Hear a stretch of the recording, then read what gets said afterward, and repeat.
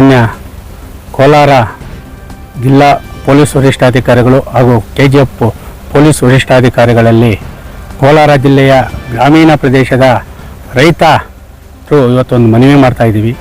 ಯಾಕಂದರೆ ಇತ್ತೀಚಿನ ದಿನಗಳಲ್ಲಿ ಮತ್ತು ಕೊಳವೆ ಬಾವಿಗಳ ಹತ್ರ ಏನು ಕೇಬಲ್ಗಳು ಮತ್ತು ಪ್ಯಾನಲ್ಗಳು ಕಳ್ಳತನ ನಿರಂತರವಾಗ್ತಾ ಇದೆ. ಅದಕ್ಕೆ ಯಾರು ಹೊಣೆ ಅಂತಲೂ ಗೊತ್ತಾಗ್ತಾ ಇಲ್ಲ. ಯಾಕಂದರೆ ಇವತ್ತು ರೈತರು ಹೊಲಗದ್ದೆಗಳ ಹತ್ರ ಕಾವಲು ಕಾಯುವಾಗದಂಥ ಬೋರ್ವೆಲ್ಗಳ ಹತ್ರ ಕಾವಲು ಕಾಯುವಂಥ ಪರಿಸ್ಥಿತಿ ಇದೆ. ಪ್ರತಿದಿನ ಒಂದಲ್ಲ ಒಂದು ಊರಿನಲ್ಲಿ ಕೇಬಲ್ಗಳನ್ನು ಕಟ್ ಮಾಡ್ತಾರೆ, ಇಲ್ಲಾಂದರೆ ಸ್ಟಾರ್ಟರ್ಗಳು ಎತ್ಕೊಂಡು ಹೋಗ್ತಾರೆ, ಪ್ಯಾನಲ್ ಬೋರ್ಡ್ಗಳು ಕಳ್ಳತನ ಆಗ್ತಾರೆ, ನಿರಂತರವಾಗ್ತಾ ಇದೆ. ಈ ಕಳ್ಳತನಕ್ಕೆ ಪ್ರಕರಣಗಳನ್ನು ಗಂಭೀರವಾಗಿ ಮಾನ್ಯ ಪೊಲೀಸ್ ವರಿಷ್ಠಾಧಿಕಾರಿಗಳು ಪರಿಗಣಿಸುವ ಜೊತೆಗೆ ಪ್ರತಿ ಹಳ್ಳಿಯಲ್ಲೂ ಒಂದು ಪಂಚಾಯತಿ ವ್ಯಾಪ್ತಿಯಲ್ಲಿ ಗ್ರಾಮೀಣ ಪ್ರದೇಶಗಳಲ್ಲಿ ರೈತರಿಗೆ ಧೈರ್ಯ ತುಂಬಲು ಒಂದು ವಿಶೇಷವಾದ ಪೊಲೀಸ್ ಪಡೆಯನ್ನು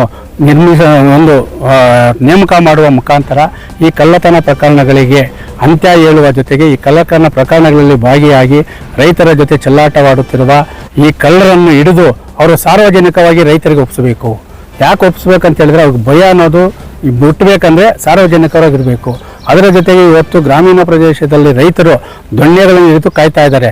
ಅವರೇನಾದರೂ ಕಳ್ಳರು ಸಿಕ್ಕಿದ್ರೆ ಅವರೇ ಕಾನೂನು ಕೈಗೆತ್ಕೊಂಡ್ಬಿಡ್ತಾರೆ. ಯಾಕಂದರೆ ಇವತ್ತು ಬೆಳೆ ಬೆಳೆದ್ರೆ ಬೆಲೆ ಇಲ್ಲ, ಬೆಲೆ ಇದ್ದರೆ ಬೆಳೆ ಇಲ್ಲ ಅಂಥ ಪರಿಸ್ಥಿತಿಯಲ್ಲಿ ಇವತ್ತು ಕೊಳವೆ ಬಾಗಿಲ ಹತ್ರ ಕೇಬಲ್ಗಳು ಪ್ಯಾನಲ್ಗಳು ಹೋದರೆ ಯಾರು ಅದಕ್ಕೆ ಹೊಣೆ? ಅದು ಏನು ಕೇಬಲ್ ಕಟ್ ಮಾಡ್ತಾರೆ, ಆ ಉಳಿದ ಕೇಬಲ್ನ ಒಳಗಡೆ ಬಿಟ್ಬಿಡ್ತಾರೆ. ಅದನ್ನ ಮೇಲೆ ಎತ್ತಬೇಕಾದ್ರೆ 15-20 ಸಾವಿರ ರೂಪಾಯಿ ಮೋಟ್ರ್ ಎತ್ತಿ ಇದು ಮಾಡಬೇಕು.